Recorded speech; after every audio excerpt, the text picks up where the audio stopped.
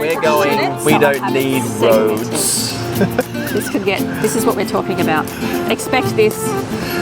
Okay, so I think one of the so sick and tired of him coming in saying, "Howdy, ma'am." Howdy, ma'am.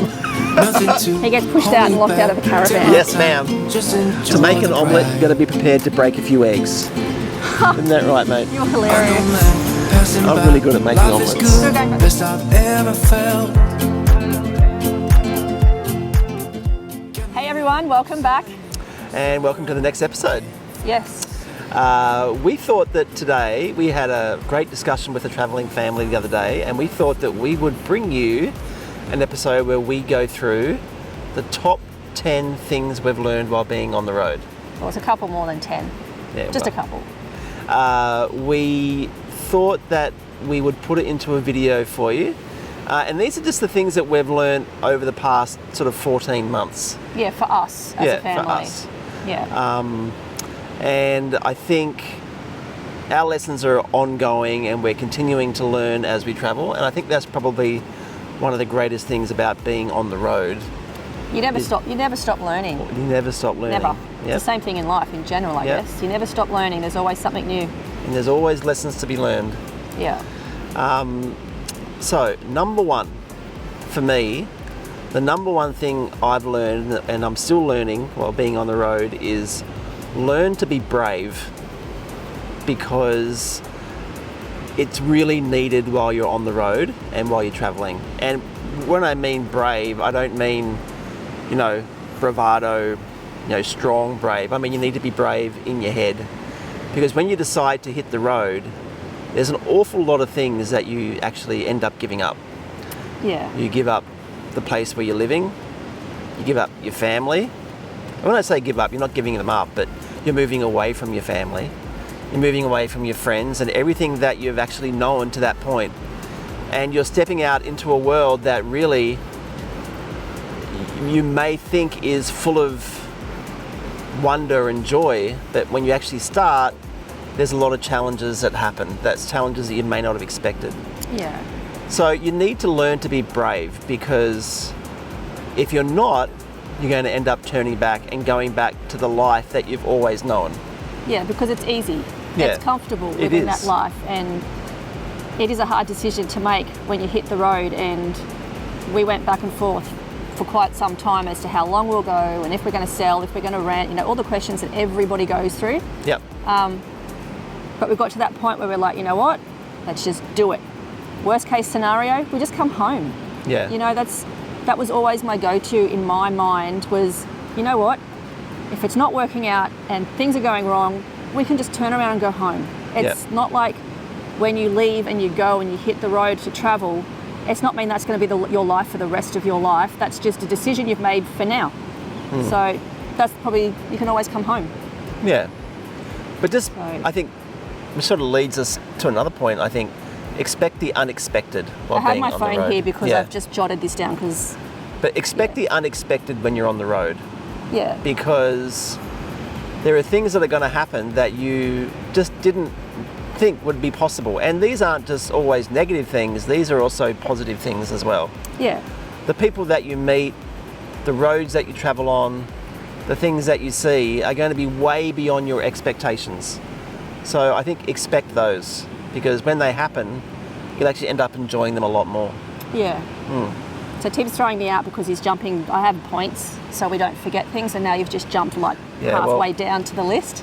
Being a school teacher, we don't have points. I am a Where very we're good going, student, we so don't I have it need segmented. roads. Right, carry on. This is what we're talking about. Expect this. Okay, so I think one of the big things is, before you hit the road, set yourself some kind of budget. Yeah. Don't go to the extremities. Well, you don't have to go to the extremities of having an app or a thing that you download and you have to be, oh, I forgot to do that yesterday, and trying to find receipts and sort of stressing out because you missed a budget of something. Don't even worry about it. For us, we don't write things down all the time. All we do is just take note of, okay, this is how much we want to spend this week. And I think we budget ourselves $1,000 a week. Does that include fuel? Yep. Yeah, so we try and, I mean, in saying that, there's only 3 of us and a dog. So obviously bigger families, it's going to have to probably push out a little bit more than $1,000, but we can quite easily do it with $1,000. Some weeks when we're in areas where we do activities, obviously it blows out, but then there'll be times where we're in the middle of nowhere camping and there's no facilities, there's nothing, and we're actually saving a lot of money. So it ends up balancing out at the end of the day. Yep, and the best way to do that is at the start of the week, go and get $1,000 cash out of the ATM and have that in your pocket and know, okay, this is it. This is what I'm living on for the week. And if you can try to do that, that's worked for us in the past many, many times. We don't do it all the time, but when we do take the money out and we have the cash with us, that's what we use. And even going to the shops, I think making a list of what you need, not what you want. If you go off that list of what you need, you will literally tick it off as you go, like the good old-fashioned days, like we used to go with a piece of paper with our shopping list. I actually put it into my phone and take my phone. And as I get each item, I delete it, and then I've got nothing. It's okay, time to leave the shop before we spend any more money. And that's a big money saver. Don't beat yourself up if you have a week or two where you go over the budget too. Yeah, it's okay, it happens. Yeah, because there'll be a week or two where you'll actually go under the budget. So it will all even out in the end. Yeah. And it doesn't matter if it's $1,000 or $2,000 or it doesn't matter. Whatever it is that works for you, try to work to a budget because that's what's going to keep you on the road longer. Yeah. All right. Next. What's your next tip? Ride your own rodeo.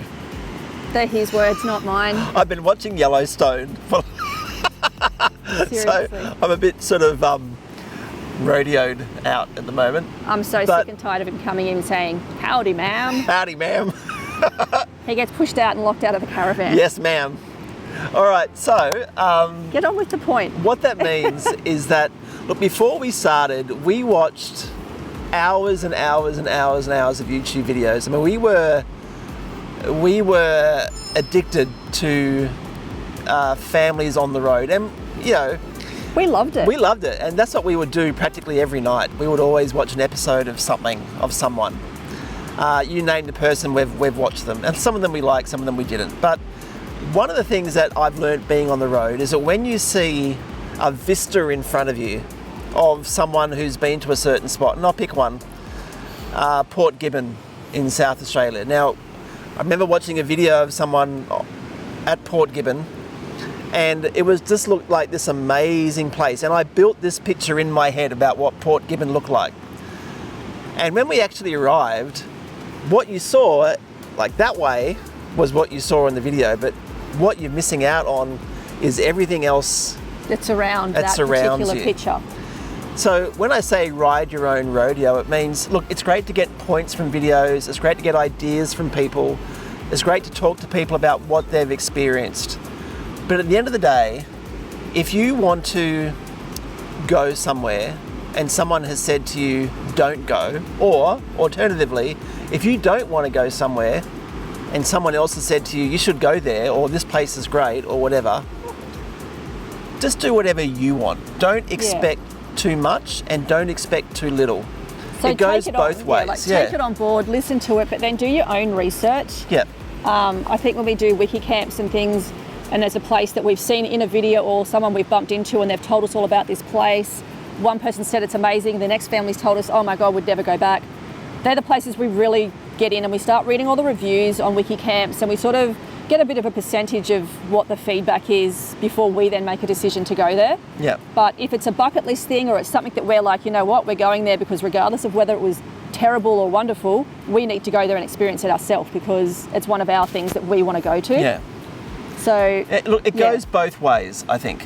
You decide where you want to go, and even if you've seen something on a video and you think this is what it's going to be like, don't expect that.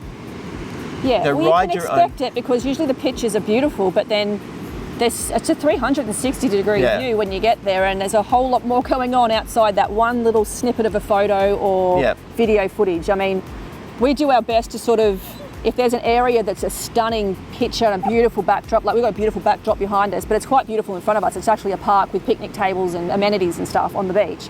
But sometimes we would have a location where we have this stunning view, but then behind, like in front of us, we could be looking at something really horrendous, like, you know, dump bins and rubbish and an old sort of work site. And there's been plenty of places like that. Yeah, and I think in our mindset, we're like, okay, we want to actually be able to share more of that with you people as well, because yes, you guys might see our video and go, oh, we want to go where they went, it looks beautiful. And then you turn up and they go, oh my God, what were they talking about? So if we find places that have this amazing backdrop and then have an awful frontage, we will start putting more of that, I think, into our videos and our footage. So then you know what it really looks like as a whole, not just that, holiday snap that lots of people do. Yep. So I think that's important, because I think a few times we've done that ourselves and turned up and went, oh, we can see where the photo was taken and we can see what all the rest that they left out. Yeah. So. But just do what you want to do. I think that's probably the biggest thing. Yeah, what you and your family sit down and discuss and talk about. It's your holiday, it's your trip of a lifetime. You need to do what you want to do, and I guess you make the final decision. Yep. And if you decide to listen to someone else, you can't then blame them for going there and it was horrible. And it is what it is. Like, what we've noticed is that when we've deviated from the things that we've wanted to do, the proverbial has always hit the fan. There's always something that's happened that's tried to teach us that lesson. Sorry, I just have to go to Soka. You can keep talking. Okay. She's just whimpering at me. Show me your phone. There you go. All right. So, we were just here and Ahsoka's here having a bit of a whinge, aren't you? Sorry, she's just having a whimper. She's just doesn't like sitting by herself. All right, so be prepared for everything and anything to go wrong. Don't expect a fairy tale. Yeah, because it's just like home when things just go wrong. Nothing, it doesn't always go to plan.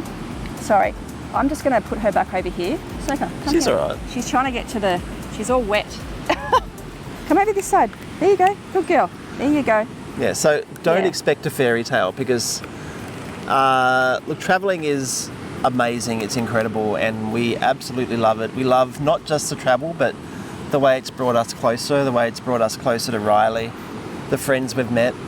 Yeah. But don't expect bliss 100% of the time. And also just be okay with it. Yeah. It's okay. I mean, I'm sure everyone bickers and fights at home, and like we've discussed with other people, the difference is if you're going to have an argument or a fight, or things are just, you're both just ready to sort of kill each other, it's okay. The difference is you can't just slam the door and walk out the house, or disappear up the shops, or jump in the car and say, that's it, I'm going.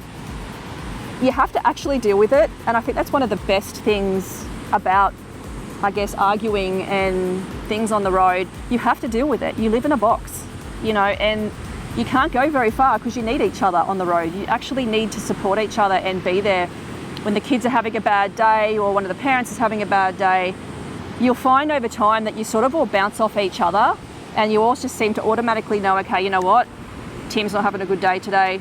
We need to just back off a little bit, be okay. Justine's not having a good days today. You better be careful. We can give you a demonstration of that maybe, if Tim continues. No, we've we had some hard times, but we've managed, we've got through it, and I think that's probably the biggest thing. I think so. Yeah. Go in there with realistic expectations. You are still going to be living your life when you're in the van. Yeah. Things are still going to go wrong. Just in a much smaller environment. But the advantages of living in a box really are that you really do get to know the people who are living in the box with you. And it brings you closer together. Yeah, it does. Like, even when you have an argument and then, someone ends up in tears, but with us, we all end up in the bed together giving all each other a hug. We end up all talking together, and if that one person's upset, we're all together there, sort of with that person, saying, it's okay, look, let's just get this sorted. And, it's just nice having that comfort and that family and that relationship, I think. Yeah. We've all grown really strong bonds, a lot closer, I think, than what we would have if we were just at home in our separate rooms in the house and in the backyard. So it's a positive thing, but just expect these things to happen, but try and put a positive spin on it. Yeah. For us right now, it'd be difficult for us to move back into a house. Yes. So yeah, it is. It would be very hard. Yeah. Anyway, let's move on to the next one. I think this one's yours, baby. That one there. Second one. Yeah, this is me. I said it's okay to have a mess everywhere or be days behind in laundry. So you'll find some families on the road that are just like immaculate. Their vans are immaculate. Everything's clean. Everything's in its place. The beds are just beautiful. And I sometimes go in there and I feel sometimes, oh, wow, how are you so organised? But 9 times out of 10, you've happened to bump into a family on cleaning day. And that's the one day that it looks like a brand new show van. The rest of the time, you've seen in my previous couple of, I think 2 videos ago, you saw what our caravan looked like. Clothes all over the bed, plates and dishes on the sink, stuff on the floor. The top bunk becomes our dump zone because obviously Riley's there and he's on the bottom bunk at the moment. So it's either the top bunk or the bottom bunk. Whichever one he's not sleeping on becomes a dump zone. So don't stress too much about having a mess everywhere. That's probably been the biggest thing for me because I'm very much about needing to have everything in its place. Everything needs to be put away, and I like having that beautiful, nice look in the caravan where it's all clean. But reality hit and that just doesn't happen. Because when you come to places like this, where you've got beautiful beaches and the water and the ocean, the sun's out, you don't want to be inside cleaning and scrubbing the van and trying to get on top of all the washing. And, you know, it's take a break, don't be too hard on yourself, and it's okay to have a mess. I feel more at home when I walk into a campsite and we meet people and they invite you back for drinks to their caravan and they've got stuff everywhere. I never thought I would say that, but I actually enjoy that because you can see they're just relaxed, they're just living in the moment and enjoying everything about being in the caravan and camping and having fun. Yep. So I think a lot of people have talked about feeling the pressure of when they were at home, they had to have the house really clean because, you know, if they were getting visitors or someone was coming over, you'd madly rush and clean all the house and vacuum, and it'd take you half a day. You'd be so exhausted. And people find that hard to let go of because I was one of those people. And it took me a little while to just step back and go, you know what, it's actually okay if the washing's not done. We can do that later. And even being off-grid, you actually have to leave stuff dirty because you don't have all that extra water. So you wash up once a day. And, you know, I laugh. I mean, I grew up camping and caravanning as a child. That's been my whole life. But as an adult and being married and having a child, being that, you know, older person that has that responsibility, I feel like it took a while to get into the momentum of collecting rainwater and washing my dishes in a bucket outside in the caravan. So yeah, I think that don't be too hard on yourself, and if there's a mess, don't stress too much. It's going to get done eventually. Just go and enjoy where you are and do all that stuff in places where you've got time, I guess, if you're staying for long periods. So anyway. All right, next one. What have we got? Okay. This one I'm still learning, but I'm getting better. You don't have to like it, but you need to learn to live with this. You need to learn to live with bugs. Yes. I don't think there is any fly screen or any door available in a caravan that can keep bugs out of your van.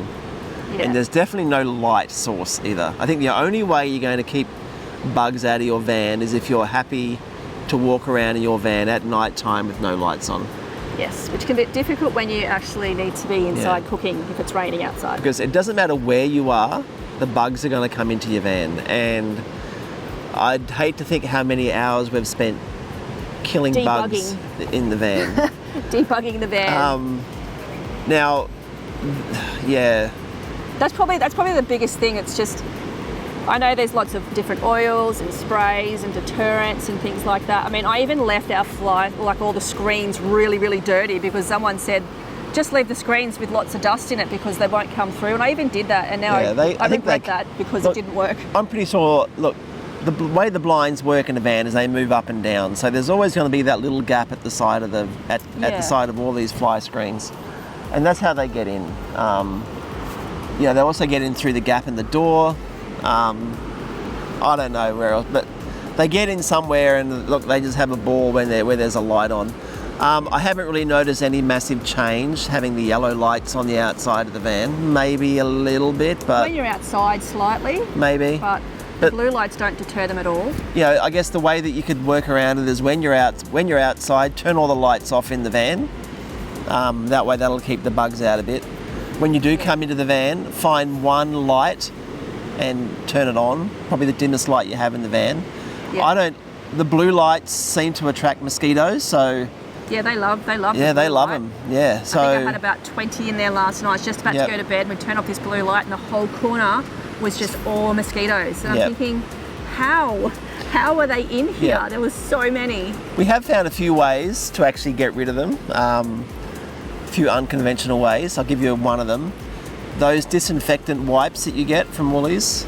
Yeah. Now we've found that where there's bugs, if you just wipe around where the bugs are, the bugs end up getting stuck in the disinfectant on the wipe. And then you can just wipe it off. And then you can just wipe them off. So that's one thing that we've learned. It's actually a really quick way to do it. So you can give that a go. But I think at the end of the day, if you're going to be living outside, you've got to get used to living with the bugs. That's it. So bugs become your best friend. You don't have to like it, but you do need to learn to live with them. They're not my best friend, but I had to learn to live with them. No. Yeah. All right, next one. Okay, so this is one thing that I think is really important because I see this a lot on the road and in general. When you first hit the road or even before you hit the road, my biggest advice to you would be get the kids involved, because you need to get them into some kind of a routine where they have a little job. Even like for little tuckers, like just give them something that makes them part of the packing or the putting away, or just something really, really basic to start with for the little ones. Because you'll find the kids will end up just getting into autopilot when you pull up somewhere or when you're packing down. They'll just know their jobs and they'll just go and do them, and then they know they can just have their free time while we're doing the rest of the stuff. There have been a few parents that are just friends of ours that we've seen and met on the road. They're still travelling on the road, but they have been so exhausted and stressed packing down, and then they've all got to get in that car together for 4 hours for their next destination, and they are all at each other because no one's doing anything. And they said they didn't actually start their kids helping when they first set off because they didn't want to ruin the whole experience of, oh, let's go, let's hit the road, let's travel, thinking that it would actually make them feel like, oh, is this just going to be chores all the time? I don't want to go if we have to do this all the time. And so they said they didn't do it until a few months into the trip, and then they started to try and delegate different jobs, and then it starts to get to that point where, well, why do I have to do that? He's older than me, I can't reach that, I don't want to do that. So I think the biggest tip is get your kids involved from day one, even before you leave, just so they get into some kind of a routine of how the setup, the packing and the travelling sort of happens. Yeah. Even Riley's just packing the car. Yeah, like Riley's jobs, he knows his job. He's automatic now. I mean, I know we've been on the road for a while now, but he's automatically into his jobs. So if they're not done, which sometimes they're not because he's a kid and they don't always do what they're told, and he'll want to go off and play with friends that he's met. But he has to get his jobs done first before he can go off and do that. So his job's packing all the snacks and stuff into the car, all his electronics, making sure his things are charged, his books in the car. We've got one of those navigator things on the back of the seat, so he puts all his stuff in there in front of, I think, where Ahsoka lays in the back seat. So he's got to make sure everything's in there and packed. He's in charge of all the water bottles. He's got to get them all out of the car, rinse them, fill them all up with cold water, make sure they're in the car for all of us. And he's starting to blow up the airbags in the car now with the compressor. So he's starting to get into a few more things to do, and I think he's really enjoying it. Getting older. Yeah. He gets to do that cool stuff, because that's kind of fun. Yep. Yeah. So I think that's one of my, that's it, I think, for that. And before they get in the car, get them to run around for 5 minutes. They're playing frisbee or kicking a soccer ball or doing something to actually get some of that energy out. Otherwise, you're going to have a really rough trip. Yeah, and have something for them to start eating, like a piece of fruit or whatever it is that you guys would feed your kids. Give them something to start them going. Just don't give them something really sugary because you regret it. Yeah. I think we once stopped somewhere and got Riley some sugary drink, and it was a really long trip. Yeah. So, limit your sugar usage. Yeah, next one. All right, I'm not too sure where we are because we've been jumping back and forth now. Oh, yeah, okay. So be prepared for the first 6 weeks. Don't throw the towel in too early. Yeah. Because the first 6 weeks, they're really hard. You get over that really high of leaving, getting on the road, that excitement, and it is exciting. It's so exciting the day you leave, the day after you leave. That first week is just incredible. You're on holidays. Yeah, it feels like a holiday. But when all your friends' kids go back to school and there's no kids around and your kids are wondering what to do, when the reality is that you're not heading home, you don't have a house to go back to, you're living in a box, when all that starts to hit in around week 3 or week 4 and you're starting to realise I'm going to be living in close quarters with these people, be prepared for a few weeks of really hard times. But once you get over that, and once you get used to the space that you're living in, once you get used to the people that you're living with, because quite often it's the first time you may have actually truly lived with these people. You may have lived in a big house with someone, you've gone off to work, they've gone to work, you might see them for an hour or two every day. But when you're actually living 24/7 with these people, you'll start to realise who they are, and be prepared that you might just want to throw it all in and go home. And we've done that. Yep. I think 6 months into the trip, we were Yep. ready to throw the towel in. I think we've talked about that in Yep. the past. But But it gets better. 8 hours driving in silence. Yep. It gets better. We ended up figuring it out Yeah, at our that's next right. destination, and we figured it out. And when it gets better forever. Yeah, And then when the new challenges come in, you're more equipped to handle them. yeah. So traveling really is going to make you a better version of you. And be prepared for that too. Yeah, but You it's exciting though. To make an get to omelette, it. you've got to be prepared to break a few eggs. Isn't that right, mate? You're hilarious. I'm really good at making omelettes. Still going back, omelettes. You're good at scrambled eggs. I'm good at omelettes too. I'm like the best at omelettes. Oh, you actually, I have to admit, she's actually pretty Thank good you. at building omelettes. Just trying to take the whole egg scenario back to me again. But I'm better at making scrambled eggs than what she is. Definitely. Moving on, we're not talking about scrambled eggs. Anyway, That's been and so done. just be prepared for those first 6 weeks. I think if there's one more thing, and this is probably the last point I think we should I make. think it's pretty much, yeah. If there's one more thing we've learnt, and we've learnt this through people who've been travelling for years and years and years. If you've met, one of the videos we made was with Barry and Di, and I'll put that link up the top here for you. Yeah. One of the series we want to do is interview lots of families on the road. We've only interviewed one so far. But there's something that Barry said that for me really rang true. And that was start early.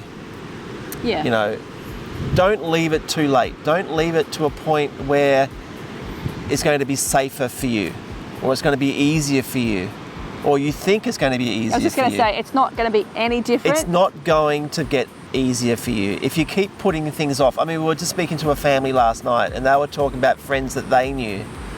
Oh yeah, well next year or the year after next, we're going to go travelling for a couple of months. Yeah. And Justin and I just giggled because we knew that when people start talking like that, it never happens, because we did it. We did it for 5 years. Yeah, well, we had a plan, Yeah, we did have a plan, but we're probably 2 years later than we wanted to. yeah. But if this is what you want to do it now. Someone once said to me, the number one law in the universe is make a decision and do it now. Yep. Because when you do that, good things start to happen. And the vast majority of the families that we've met on the road who are travelling, who are having amazing times, they've all made that decision. Which is, we're just going to do it. And even though we did have a plan, there was a moment when we sat down on the couch and we said, you know what? Stuff it. We're just going to do it. Yeah. We're just going. The umming and ahhing Yeah, and it got to a point of let's just do this. Yeah, and when you get to that point, everything just falls into place. It's like dominoes. And it happens so quick. So be prepared for that, and do it early. Do That's it it. young. Do it while you can. Take your Yeah. kids out there and show them what's spontaneous. The older you get, the harder things will get, Yeah. because your children are also getting older, Yeah. and they're also getting to a stage in their life where they might want to try new things. Yeah. So I think, and at the end of the day, it doesn't matter if you make this decision tomorrow or in 10 years, the decisions and the questions and all the what ifs, they're all going to still be there. It's Yeah. still going to be exactly the same if you do it today, tomorrow, or in 10 years. You're still going to have the same Yeah. questions and the same doubts, just because it's all an unknown. So Teach your it's kids. a risk. Teach your kids what happens when you act spontaneously, and whether it's good or bad. But there are amazing things for your children to learn. Yeah. Teach your children, all this happened because we made a decision and we did it. And they'll go, wow, that's really cool. This is something that, that I want to do when I get older, to make decisions for myself. Yeah. And just the one, we had one more thing though. Oh yeah. When you do hit the road, because you will, don't book too far ahead if you can. I know there's people that have a time limit, so they feel like they have to book everything. You don't necessarily have to book everything, but if there's specific tourist highlight things that you do want to do, like swimming with the whales or seals, or the big ones that you have to book, yes, book them, and then try and keep some time for you to just sort of be like, you know what, oh yeah, I might go there today, oh we might go over there today. Because once you lock in bookings and plans, that is the only way that you can go, because I think we did that for a period of time when we had to, and it was really hard because we actually ended up going, well, we don't want to go tomorrow, we want to go the next day, or we want to extend our stay, and then caravan parks or camping sites won't refund you the money. Some of them don't even hold the money, and that's where you start blowing your budget as well, because you've booked all these places that you thought was the perfect line, but I can guarantee you it will end up going like this. Yeah. Because we made you lots meet of families, zigzags. you go with that family to there, and then you separate, you meet another family, you might go that way, and then you'll be on your own, and you go, oh, let's go this way. So it changes all the time. So if you're flexible with your time, there is quite a few out there that don't have any end date, just like us. Try and just go with the flow if you can, as much as you can, because the less booking you do, it's kind of exciting, because you get to that point where like, oh, okay, where are we going to go next week? We love that feeling of not knowing where we're going. We have a vague idea of which direction we're going, but not where we're necessarily staying. So, so this year we've booked one thing. Yep.